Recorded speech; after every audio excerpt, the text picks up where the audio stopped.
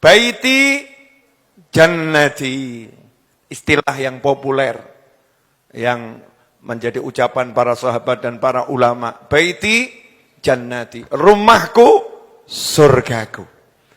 Jadi kalau udah di surga pengen keluar enggak? Enggak. Makanya kadang kita itu aneh. Kadang kita itu aneh. Katanya sudah di surga, tapi kok pengen keluar. Kalau di rumah duduk, mohon maaf, itu yang bagian belakang manusia, di tengah-tengah ini namanya apa ini? Ini loh, yang kita suka duduk namanya apa ini? Mau ngomong kan gak enak ya.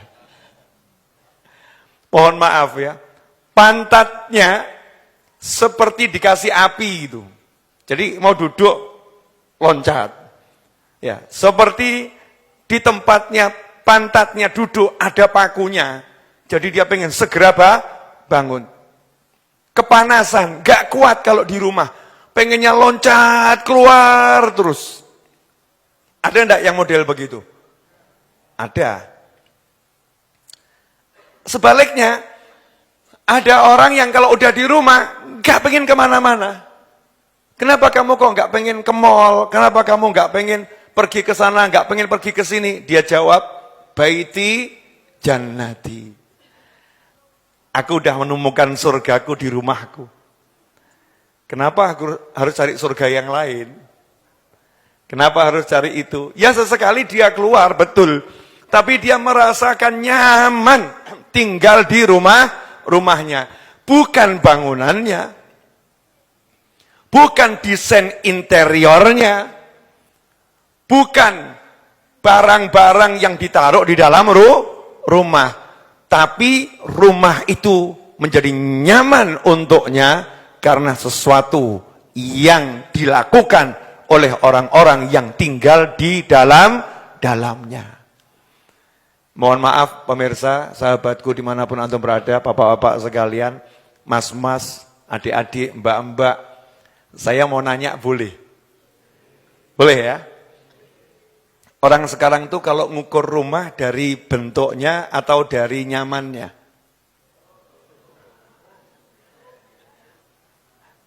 Desainnya, betul ya? Ukurannya, betul? Terus warna catnya, benar? Jadi misalnya ada istri, diajak tinggal di rumah luasnya 500 meter. Sama diajak di rumah ngekos 3x3. Kira-kira istrinya pilih mana? Jujur mawon. 500 meter. Kalau udah tinggal di 500 meter, pasti ada kebutuhan tambahan. Minta teman yang bantu untuk bersihkan. 500 meter.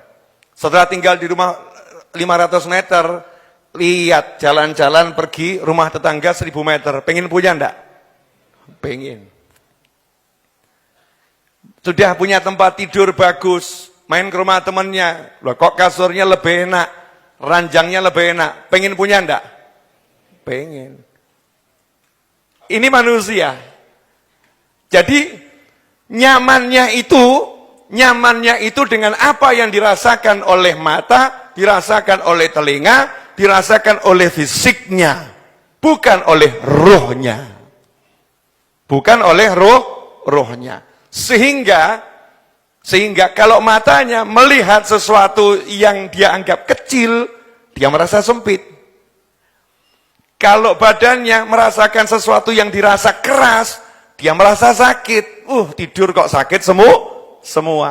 Sementara sahabat Nabi Muhammad sallallahu alaihi wasallam rumahnya berdiri langsung nyentuh kepalanya ke atapnya, nyamannya luar biasa.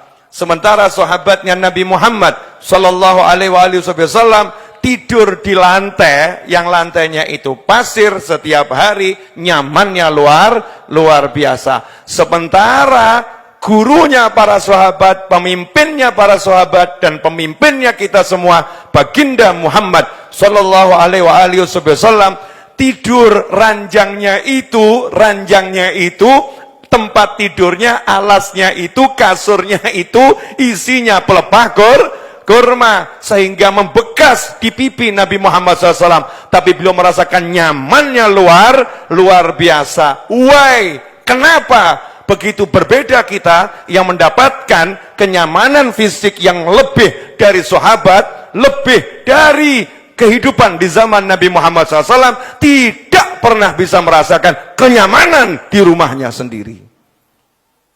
Ding, ding, ding, ding, ding, ding. Ya. Why? Apa yang salah? Ya, apa yang salah?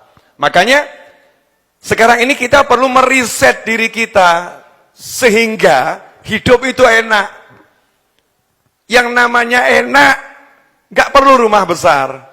Yang namanya nyaman gak perlu interior yang luar biasa. Meskipun kalau rumahnya besar, manfaatnya banyak, ya insya Allah nambahnya nyaman. Kalau interiornya bagus, ya itu nambahnya nyaman. Tapi nyamannya enggak bergantung sama semua itu. Bukan itu. Ya bukan itu. Nah ini akan kita bahas. Gimana menjadikan rumah mungilmu menjadi surgamu. Dan Allah letakkan nyaman itu di dalam hati. Letaknya nyaman di sini. Nah, bagaimana rumah itu bisa jadi nyaman? Kalau rumah itu tidak sesuai dengan apa yang diperintahkan Allah Ta'ala.